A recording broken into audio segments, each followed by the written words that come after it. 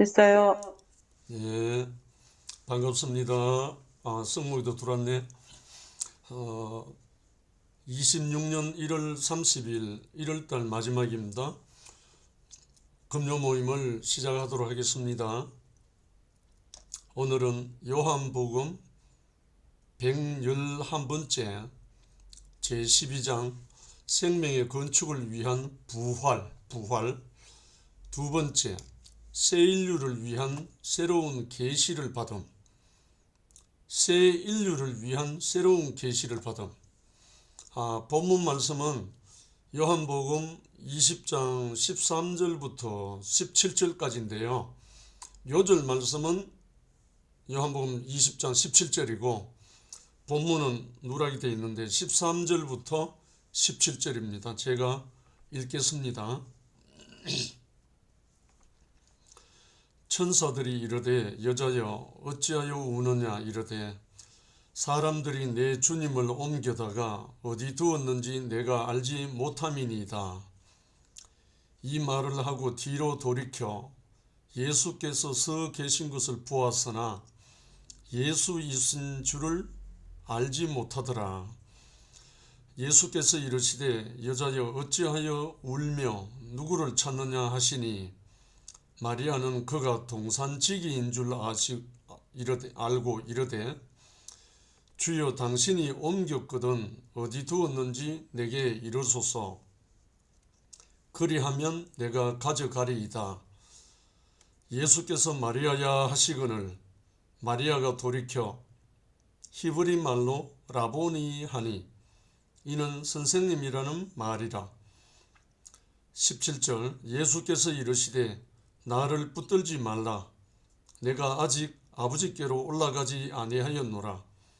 너는 내 형제들에게로 가서 이르되 내가 내 아버지 곧 너희 아버지 내 하나님 곧 너희 하나님께로 올라간다 하라 하시니 18절은 막달라 마리아가 가서 제자들에게 내가 주를 보았다 하고 또 주께서 자기에게 이렇게 말씀하셨다 이러니라.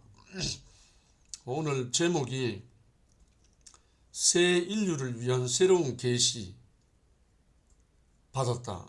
누가 받았는가? 막달라 마리아가 제일 먼저 받았어요.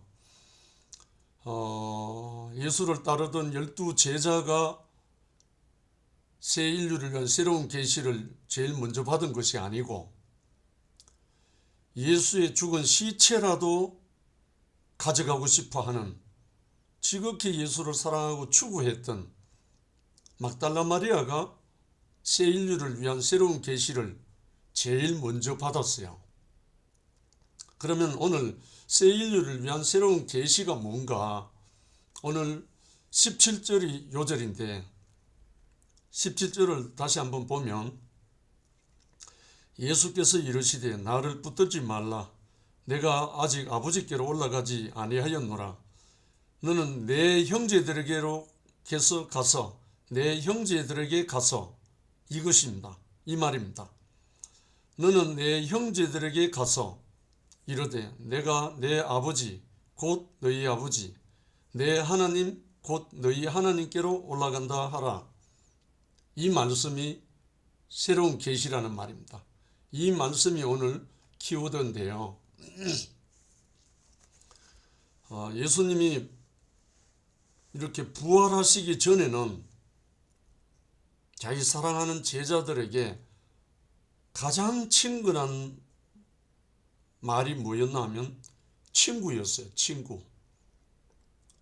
내 말을 행하면 곧 나의 친구라. 친구까지 불렀어요. 부활하시기 전에. 그런데 이제 부활하신 후에 첫 일성이 내 형제들에게로 가. 내 형제들에게 가서 이 말입니다. 예수님이 부활하시기 전에는 제자들을 친구라까지는 불렀지만 내 형제, 내 하나님, 너희 하나님, 내 아버지, 너희 아버지 이렇게 생명이 발전은 없었어요. 그래서 부활하신 후에 새로운 계시, 새로운 생명의 발전이 바로 이 말씀입니다. 내 형제, 그 제자들이 더 이상 다른 관계가 아니고 내 형제라고 부르는 거예요. 그러니까 이 말은 내 아버지 너희 아버지, 내 하나님 너희 하나님, 한 형제라는 거예요. 이게 온 인류를 향한 아버지와 아들의 새로운 계시라는 겁니다. 결국은 이 상태로 이 형제 안으로 옮기겠다는 거예요. 불러가겠다는 거예요. 더 이상 선생도 아니고 더 이상 친구도 아니고 한 생명을 나누는 형제라는 겁니다. 이 말씀이 오늘 키워드입니다. 새 인류를 위한 새로운 계시를 받음. 하나님은 사람을 지으시고 생육하고 번성하여 땅에 충만하라, 땅을 정복하고 지배하고 다스리라 했다. 창세기 1장 26절 27절 우리 다 알죠. 땅에 충만하라는 것은 단순히 생물학적으로 번성하라는 것이 아니다. 지배하라는 것은 힘으로 누르라는 말도 아니다. 하나님이 지으신 땅을 사단의 지배로 충만하지 못하게 하고 하나님의 사람들로 채우라는 것이다. 그러니까 하나님의 생명으로 채우라는 거죠. 다른 말로 황토밭, 묵밭에다가 밀을 뿌리면 밀밭으로 채워지는 거잖아요. 결국 그 생명으로 채우라는 거죠. 지배하고 다스린다는 말이 경작한다는 말이니까. 하나님이 지으신 땅을 사단의 지배로 충만하지 못하게 하고 하나님의 사람들로 채우라는 것이다. 땅을 정복하고 지배하라는 것은 단순히 물리적인 지배를 하라는 것이 아니라 하나님의 성품을 분배하여 그 성품으로 만유가 다스려지게 하라는 것이다. 결국은 그 생명으로 다스려지게 하는 것이다. 어제 목요 집회 저녁에 우리가 정말 아름다운 현장을 우리가 목도하고 기뻐하고 찬양했습니다. 우리 안에 서혜주 자매가 서윤주 자매 동생을 통해서 교회에 왔잖아요. 윤주도 그렇지만 혜주도 조울증에 너무너무 오랫동안 시달리고 약으로 연명했었습니다. 그래서 속에서 늘 화, 분노, 치밀어 올라가고 늘 그랬던 자매잖아요. 그런데 최정윤 형제를 만나서 연애를 하고 결혼을 하고 난 다음에, 물론 그 변화의 속속들이 과정은 다 우리가 다 듣지 못했지만 이 정윤 형제로 말미암아 혜주 자매 안에 그 분노와 조울증과 그 모든 시달리던 그 모든 것이 치유가 되어버린 거예요. 지금 혜주 자매는 전에 정말 볼 수 없었던 지극히 정상적이고 지극히 온순하고 참 온유한 그 사람으로 우리 앞에 서 있는 거예요. 그래서 어제 저녁 목요 집회에서 자기 남편을 짧은 8분여 만에 증거하고 내려왔습니다. 혜주가 들어왔네. 그래서 제가 들리기로는 그 짧은 8분여의 간증 속에서 저에게는 어떻게 들으려고 왔나 하면, 여러분 이 사람을 보십시오, 이렇게 들려왔어요. 결국은 실제적인 증인을, 실제적인 증거를 증거하는 그 현장이었습니다. 물론 그 속속들이 다 우리가 눈으로 보고 손으로 만진 바가 된 건 아니지만 정윤 형제와 혜주 자매의 그 옮겨진 자리는 정윤 형제의 생명의 어떠함으로 경작되어지고 지배되어진 거죠. 쉽게 말해서 묵밭이었던, 아무것도 없었던 그 밭에 밀이 심어져서 밀밭이 된 것처럼 생명으로 심어져서 생명이 밭이 된 거죠. 누가? 혜주가. 그러니까 그 생명 안에서는 분노나 화나 뭐 이런 게 있을 수가 없잖아요. 생명은 오직 감사밖에 없잖아요. 그래서 감사에서는 찬양이 나오고, 우리가 어제 우리 모두가 주목하고 만진 바 되었기 때문에 오늘 지배하고 다스리라는 말이 생각이 납니다. 결국은 땅을 정복하고 지배하라는 것은 단순히 물리적인 지배를 하라는 것이 아니라 하나님의 성품을 분배하여 그 성품으로 만유, 다른 말로 사람이 다스려지게 하라는 거다. 우리가 그걸 목요 집회에서 우리 두 눈으로 똑똑히 봤잖아요. 이것은 사람과 더불어 한 나라를 가지시려는 하나님의 궁극적인 계획이다. 그러나 이 계획은 사단의 개입으로 말미암아 방해를 받고 지연되었다. 사람이 사단에게 유린되어 그의 종이 되므로 정상적으로 진행되지 못하고 교정의 길을 가게 된 것이다. 구약의 모든 역사가 그 역사라는 거죠. 하나님은 홀로 이 계획을 세우셨지만 홀로 이 계획을 이룰 수는 없다. 왜냐하면 사람이 배필로 나와야 되기 때문에. 배필로서의 인간이 필요한 것이다. 그러므로 아들은 인생 안에서 출생과 삶과 죽으심과 부활을 거쳐 사단에게 유린된 옛사람과 옛생명을 끝내시고 부활하심으로 새 생명이 주가 되셨다. 저는 이 본가를 준비하면서 해주가 생각나고 정윤 형제가 생각이 났습니다. 하나님이 아무리 해주를 경작하려고 해도 하나님이 직접 영으로 해주에게 나타나서 어떻게 할 수가 없는 거예요. 그런데 정윤 형제라는 한 사람을 통해서 해주에게 그 성품이, 그 생명이 심어지고 분배된 거예요. 정말 이것을 보면서 저는 어제 속으로 눈에 이슬이 맺히고 가슴이 먹먹했습니다. 그래서 예수 그리스도가 하나님의 아들로 이 땅에 와서 출생, 삶, 죽으심, 부활, 이 과정을 거쳐서 사단에게 유린된 옛사람, 옛생명을 끝내시고 부활하시고 새 생명의 주가 됐다. 이 말씀입니다. 우리가 왜 예수를 말하느냐, 우리가 왜 예수를 늘 알고자 하느냐, 옛사람과 옛생명을 끝낸 부활생명의 주님이기 때문에 이 예수를 알고 나면 우리가 그 생명으로 경작이 되는 거예요. 그 생명으로 우리가 분배되어지기 때문에 우리가 예수를 알고자 하는 거예요. 그래서 에베소서 4장 13절에는 사도 바울이 그 유명한 말씀을 한 겁니다. 우리가 다 하나님의 아들을 믿는 것과 아는 일에 하나가 되어 온전한 사람을 이루어 그리스도의 장성한 분량이 충만한 데까지 이르리니, 이렇게 말하는 겁니다. 그러니까 하나님의 아들을 믿는 것과 아는 일에 하나가 되면, 믿는 것과 아는 일이 하나가 되면 온전한 사람이 된다는 거예요.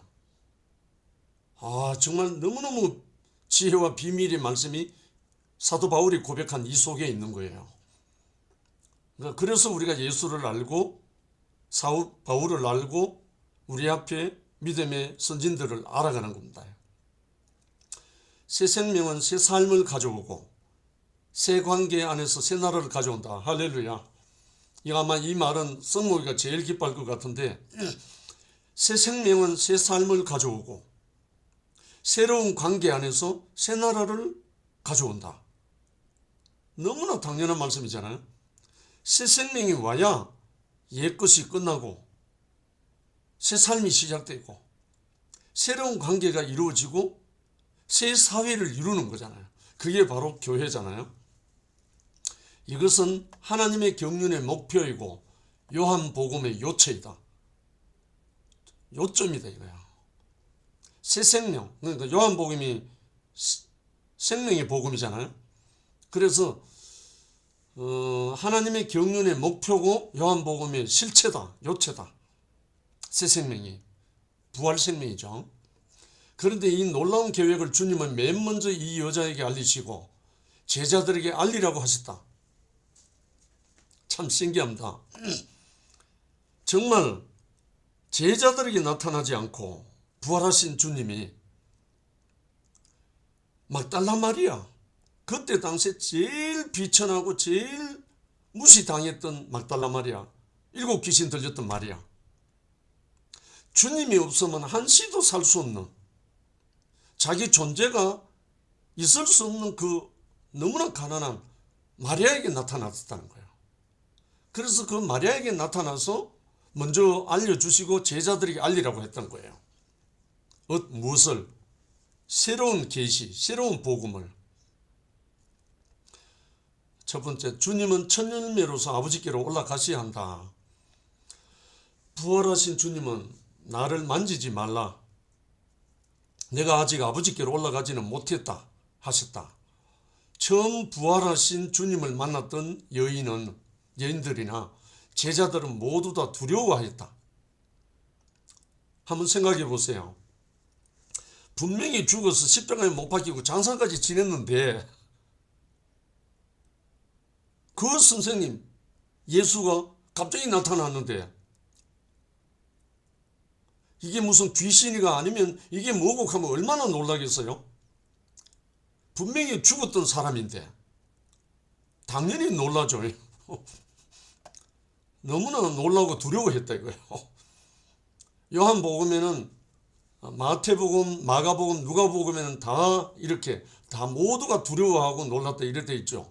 근데 요한복음에는 두려워 말라는 말은 없지만 평안할지어다라는 말을 여러 번 했다. 왜? 거기도 역시 놀라고 두려워하고 있으니까 평안해라, 평안해라, 내가 평안 준다 이 말이죠. 이런 형편으로 보아서 나를 만지지 말라는 말은 아람어로 붙들지 말라나 무서워 말라를 히랍어로 번역한 것인데 어미 흡사하여 구분하기 어렵다고 한다. 그 원어가 그렇다는 거죠. 그러므로 두려워하여 나를 붙들고 경배하지 말라는 뜻이다. 이해하면 좋을 것 같다. 다시 말하면 나는 지금 너희에게 경배를 받고 있을 자가 아니고 먼저 아버지께로 올라가서 부활의 첫 열매로 보이고 다시 와서 너희를 볼 너희의 형제라는 것이다. 이게 오늘 제목에서 말하는 새로운 계시입니다. 이 부활하신 예수 그리스도 주님이 그리스도가 우리의 경배의 대상이 아니고 우리가 만날 형제라는 거예요. 형제. 형제는 아버지가 같은 사람이잖아요. 하나 아버지 밑에 형제라는 거예요. 이게 전 인류에게 새로운 계시라는 거예요. 저는 이 교회에 와서 이 복음이 제게 먹히고 난 다음에 믿는 사람이든 안 믿는 사람이든 누구를 만나도 형님, 누님이라고 불렀습니다. 그래서 많은 사람을 얻었어요. 나를 욕하는 사람까지라도 저는 형님이라고 불렀고 누님이라고 불렀습니다. 그런데 그 누님이라고 불러주는 그 한마디로 감격을 해가지고 따라온 누님도 있어요. 자기를 생판 모르는 사람은 누님이라고 불러준다고. 그리고 또 한 형제는 제가 나이를 모르니까 모르면 무조건 형님이라고 불렀거든요. 그 형님이라고 불러준다고 그렇게 그걸 기뻐해서 함께 또 따라오게 됐습니다. 그러니까 이 부활 생명 안에서 보면 자기가 모르고 있을 뿐이지 다 하나님 앞에 한 형제인 거예요. 모두가. 그래서 예수님이 부활하신 후에는 형제들에게 더 이상 선생이라고 부름을 받지 않고 경배의 대상이 아니고 너희의 형제라고 불렀던 거예요. 이게 전 인류를 향한 새로운 계시라는 겁니다. 내 아버지 너희 아버지, 내 하나님 너희 하나님 이렇게 불렀다는 거죠. 구약의 예법인 레위기 23장에 따르면 첫 열매의 한 단이 안식일 다음 날 제3일에 여호와께 드려진 후 50일 오순절이 되면 모든 열매가 거두어진다. 한 단이 먼저 아버지께 드려지고 다시 나오면 다음 단들은 자동적으로 먼저 드려진 단을 따라서 그 근원이 한 아버지가 되고 한 아버지의 소유가 된다는 것이다. 구약에 이렇게 되어 있거든요. 레위기야. 제일 먼저 익은 한 단을 추수를 해가지고 하나님 성전에 바쳐요. 그러고 난 다음에 50일째 오순절, 그러니까 50일 후에는 전체를 다 추수한다는 거예요. 이것을 이제 오늘 예수님이 먼저 부활하신 후에 아버지께로 올라가서 아버지께 보이고 드려지고 난 다음에 다시 50일 만에 돌아와서 너희 모두를 부활 안으로 이끌겠다, 이 말입니다. 그게 신약의 오순절 마가 성령의 다락방 그 사건입니다. 그래서 이 오순절이 그렇게 귀한 날입니다. 예수님이 부활하신 후 50일째 되던 날에 마가의 다락방에 성령의 역사가 일어나서 모든 사람 그 제자들이 예수와 함께 부활 생명 안으로 들어가는 그 역사입니다. 우리도 이와 동일하다는 겁니다. 교회라는 말 자체가 부활 생명이거든요. 하늘의 밀은 땅에 떨어져 죽고 많은 열매를 맺으며 부활 생명은 먼저 아버지께 들어진 후에 한 근은 한 생명으로 재생산 일어난다. 그러니까 나는 아버지께 올라가야 하는데 아직 가지 못하였으니 너희가 붙들고 경배하지 말고 너는 내 형제들에게 가서 내가 내 아버지 곧 너희 아버지 내 하나님 곧 너희 하나님께로 올라간다 하라. 이게 우리 모든 형제 자매들에게 새로운 계시라는 겁니다. 우리는 한 형제라는 겁니다. 한 형제 자매이기 때문에 우리 안에서는 계산이 있을 수 없다는 거예요. 일을 하면 형제로 소통이 안 되고 경쟁이 일어나요. 경쟁.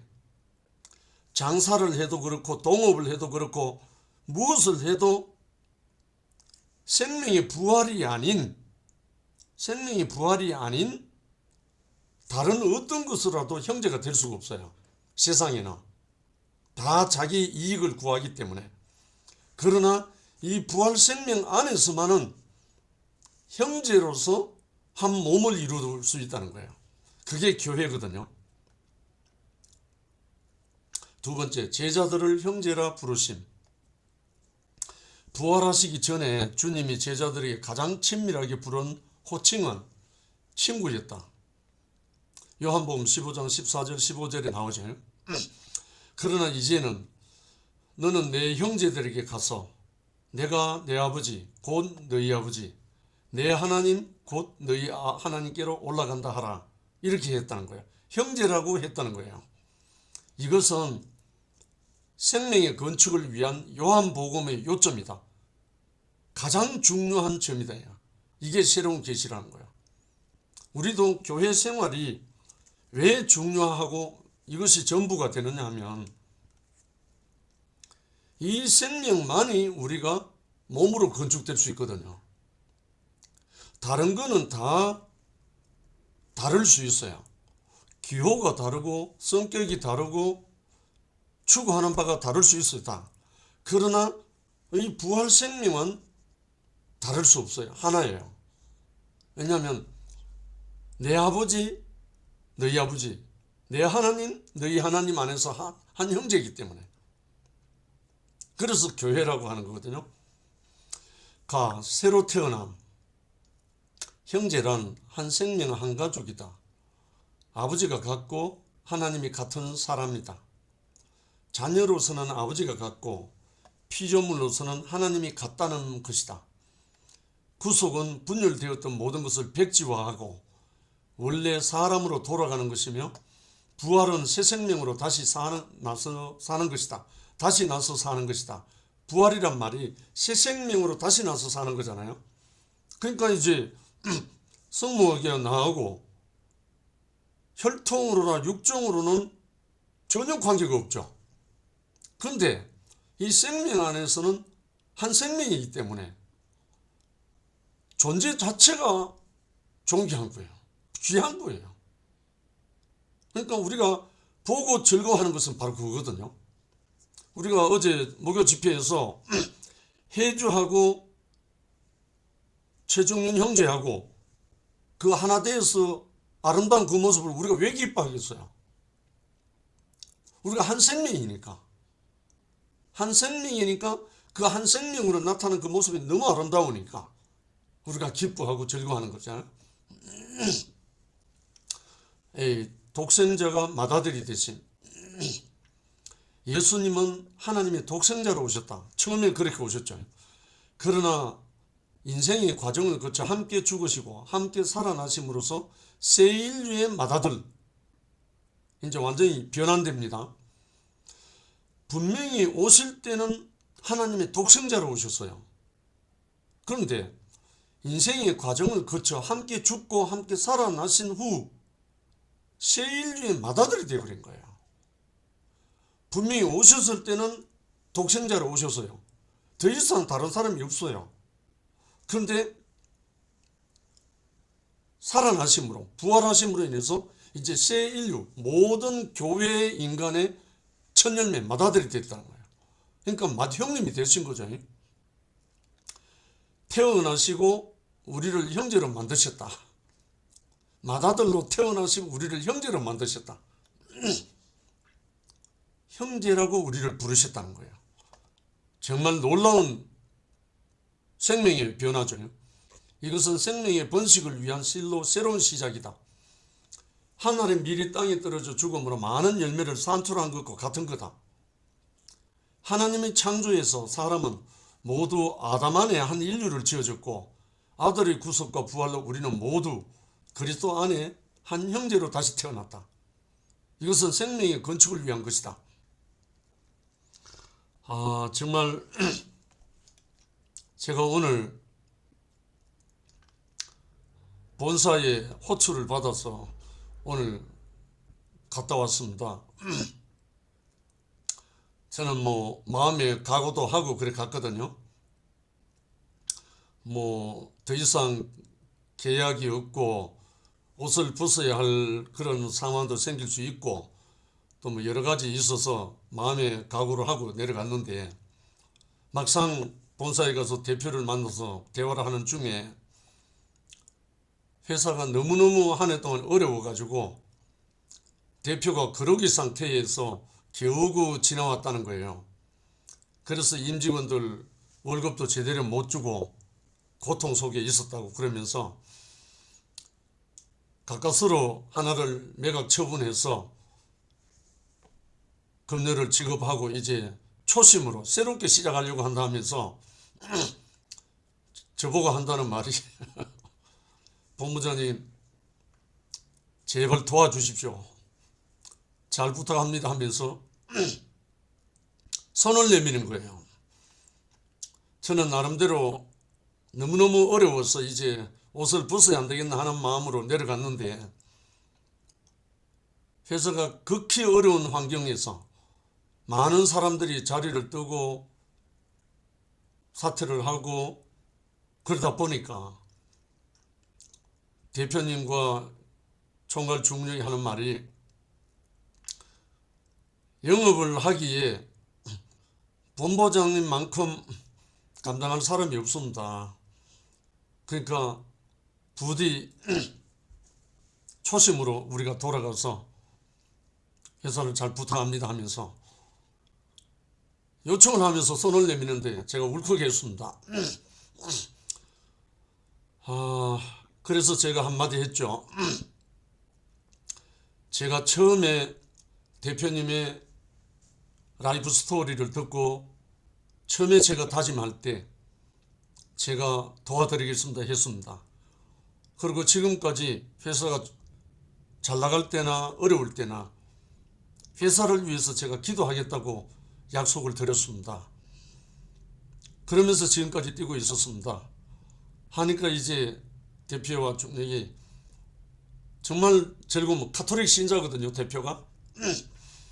그래서 함께 손을 맞잡고 오늘 참 미소로 마무리를 하면서 올라오는 발걸음이었습니다. 근데 어떻게 하든 가톨릭이든 기독교든 하나님을 믿는 그 믿음 안에서 함께 마음이 흐르는 시간이 됐었습니다. 그래서 우리가 그리스도 안에서 한 형제, 그리스도 안에서 한 형제라는 것 인식만 우리가 깊이 공유되면 우리는 아무것도 걸릴 게 없어요. 그리스도의 부활 생명 안에서 한 형제로 건축되면, 한 몸으로 건축되면 우리는 하나님께 영광과 찬송을 드릴 수가 있거든요. 아담은 산혼이었으나 영원한 생명이 없으므로 사단에게 속아서 선악을 아는 지식을 먹고 바벨을 건설했다. 우리 다 아는 바죠. 그러나 그리스도는 아담에게 죽임을 당하시고 하나님으로부터 부활하심으로 영원한 생명을 받아서 하나님 나라를 세우신다. 그리스도가, 다른 말로 그리스도의 확장이 교회잖아요. 그럼 결국은 그리스도가 어디에 죽임 당했냐면 아담에게 죽임 당한 거예요. 어제 목요 집회에서 최정윤 형제가 해주자매에 화답하러 나왔다가 해주자매가 연애할 때 빨리 결혼 안 해준다고 해서 화가 나가지고 서울에 집에 올라와서 모든 걸 다 때려 부수는 것을 봤다고. 그래서 한 달 동안 집에 안 들어갔다고 그 말을 잠깐 하더라고요. 그런 후에 점점 빨리 결혼 날짜를 잡아서 연애 시작한 지 100일 만에 결혼을 했다 그러더라고요. 그런 후에 많은 시간을 갖는 동안 지금 5년여가 지났는데 얼마나 많은 두 사람 사이에 과정이 있었겠습니까? 나는 거기서 이 최정윤 형제의 죽음과 최정윤 형제의 어떠함이 이 해주 자매를 완전히 경작했구나. 정말 그 생명을 분배했구나. 그것이 너무너무 밀려왔었습니다. 결국은 영원한 생명, 그 부활 생명이 있는 사람은 아담에게 죽임을 당할 수밖에 없거든요. 죽임 당하면 어떻게 되냐? 부활한단 말입니다. 이게. 이 생명이 저는 어제 목요 집회에서 또 봤거든요. 이 새 생명 안에서 그는 우리를 형제라 부르시기를 부끄러워하지 않았다. 히브리서 2장 11절에 그렇게 증거하고 있잖아요. 그는 우리를 형제라 부르시기를 부끄러워하지 않으셨다. 누가? 그리스도 예수가. 아들로 오신 주님은 하나님의 독생자였다. 그러나 이제 부활하신 주님은 부활의 첫 열매, 생명의 번식을 위한 우리 모두의 맏형님, 첫 열매, 맏아들이 되신 거죠. 그러니까 우리는 이제 이 맏형님, 맏아들이신 그리스도 예수 안에서 한 형제가 된 거죠. 맏아들 안에서 한 형제가 됨. 육신 안에서는 형제가 될 수 없었다. 육체를 입고 있었을 때 예수는 제자들과 형제가 될 수 없었죠. 그러나 부활 안에서는 형제다. 육신으로서는 이미 죽었고 부활 안에서는 다시 살았다. 다시 살아남 안에서는 하나다. 부활 때에 장가가는 것도 없고 시집가는 것도 없다 했다. 마태복음 22장 30절. 육신을 떠나서 한 근원으로부터 다시 나와서 한 형제가 되었다. 이게 예수의 부활입니다. 그래서 우리가 예수의 부활이 우리의 본질이고 예수의 부활이 우리의 복음의 복음입니다. 그 예수의 부활이 오기 위해서 십자가가 있었는 거지 부활이 없는 십자가는 아무 소용이 없잖아요. 우리의 복음은 뭔가? 그리스도의 부활입니다. 십자가에서 죽고 부활한 거죠. 한 그는 한 생명의 아들로서 교회가 됨. 아담은 본성과 선악을 아는 지식으로 바벨을 건설한다. 본성은 이기적이고 지식은 이상적이므로 서로 갈등이 일어난다. 그래서 서로 싸우다 망하는 것이다. 이스라엘은 혈통과 율법으로 나라를 세웠기에 이방인과 불화하여 지금까지도 싸우고 있다.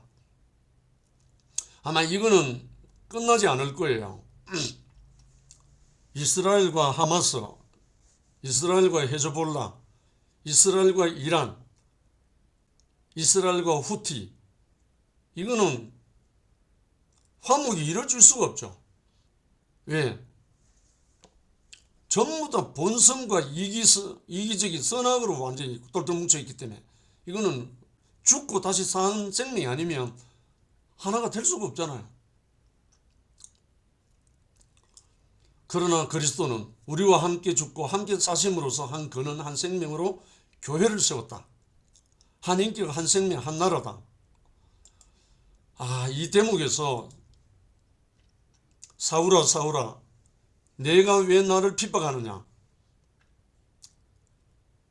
다메섹 도상에서 사울이 예수 믿는 사람들을 잡으러 가다가 엎드러져 가지고 들었는 말씀이잖아요. 예수의 영의 음성을 들었잖아요. 근데 분명히 사울은 예수를 모르는 사람이에요. 그때까지 만난 적도 없어요. 세월이 많이 지나버렸기 때문에 예수가 죽고 부활하신 후 40-50년이 지난 후기 때문에. 그런데 예수님이 사울아 사울아 왜 너가 나를 핍박하는지 이랬어요. 분명히 사울은 크리스찬들을 핍박하러 갔어요. 다른 말 교회를 핍박한 거예요. 그런데 예수는 자기를 핍박했다는 거예요. 이 말은 다른 말로 교회가 곧 자기라는 거예요. 예수 그리스도가 곧 교회라는 거예요. 그러니까 교회를 핍박하는 것이 예수를 핍박하는 거예요. 교회 이꼴 예수라는 거예요. 왜냐하면 그리스도의 몸이 교회고 교회의 머리가 그리스도니까. 결국은 이렇게 예수 그리스도는 교회로 나라를 이룬다. 목표죠. 그러므로 우리는 주님의 성품 안에서 사람들이며 아들 안에서 하나님의 아들들이다. 우리는 주님의 성품 안에서 주님의 성품, 생명, 인격, 사람들이고 아들 안에서 하나님의 아들이다. 주님이 한편으로는 사람이고 다른 한편으로는 하나님의 아들이시듯이 우리 역시 주님 안에서 사람이고 하나님의 아들이다. 사람이 하나님의 아들이잖아요. 예수만 이는 내 사랑하는 아들 내 기뻐하는 자라고 한 말이 아니고 아담이 죽고 그리스도로 부활하면 다 하나님의 아들인 거예요. 다 주님이 교회 안에서 우리와 하나라고 선포했다. 그러므로 주님은 우리와 하나라는 것을 말씀하신다. 내가 당신의 이름을 나의 형제들에게 선포하고 내가 당신을 교회 중에서 찬송하리라. 히브리서 2장 12절 이렇게 말씀하고 있습니다. 정말 우리를 당신의 아들이라고 이렇게 즐거워하고 자기 형제라고 선포하고 그 형제들로 말미암아 찬송하게 하겠다는 거예요. 여기 이름은 아버지잖아요. 아버지의 이름이잖아요. 우리 아버지. 아들은 아들들에게 한 근원이신 아버지를 선포한다. 많은 아들들, 교회죠. 그 아들들 교회 중에서 찬양한다. 즉 아들들로서 찬양이 곧 자신의 찬양이라는 거예요. 그러니까 교회가 찬양하는 것은 그리스도죠. 교회와 주님은 하나다. 그래서 사울아 사울아 내가 왜 나를 핍박하느냐 했다. 그래서 이제 성립되는 게 거룩하게 하시는 자와 거룩하게 함을 입은 자들이 모두 하나에서 난지라. 참 이게 귀한 말씀입니다. 거룩하게 하시는 자와 거룩하게 함을 입은 자가 모두 하나다. 그렇잖아요. 제가 이 부활생명을 받은 후에 나와 그 부활생명을 준 사람하고 하나예요. 하나.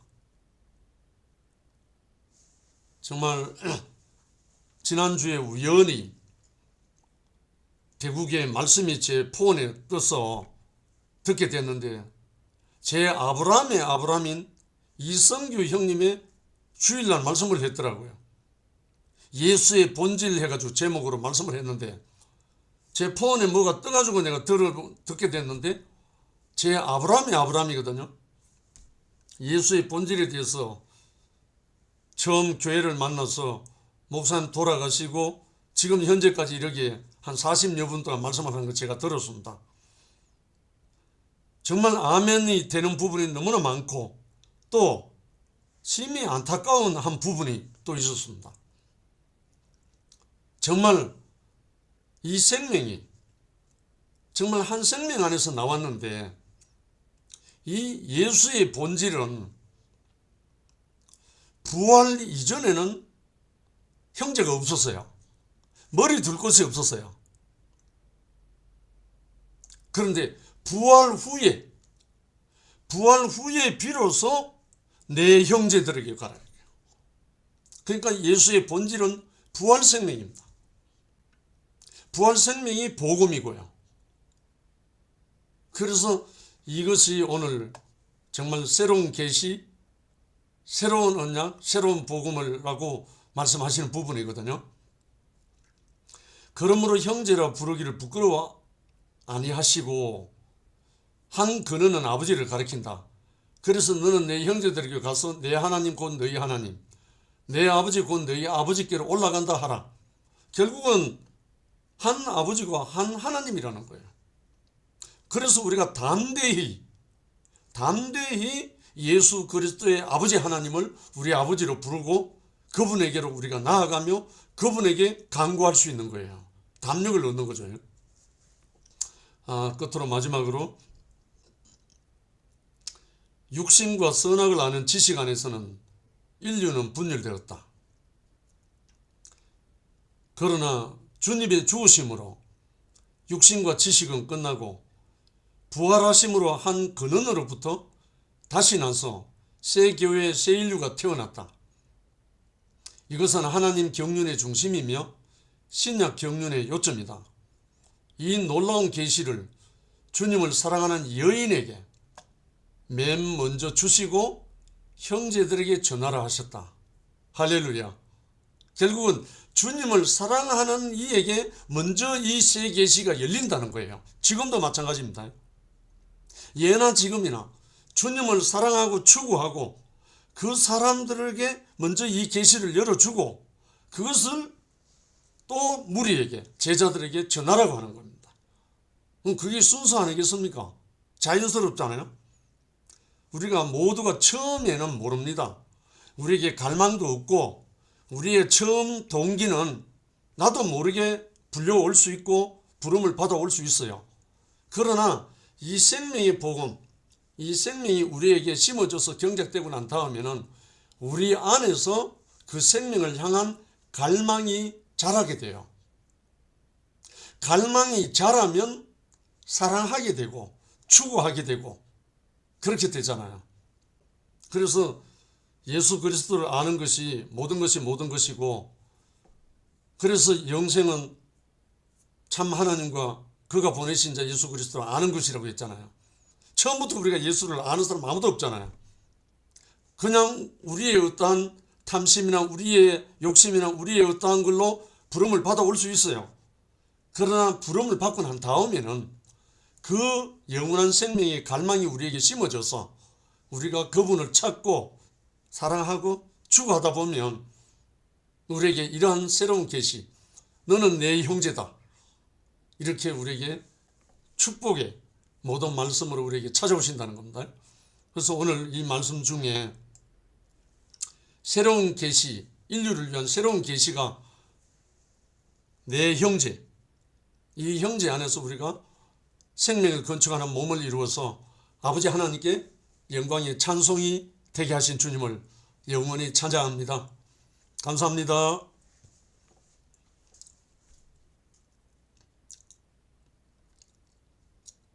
아멘.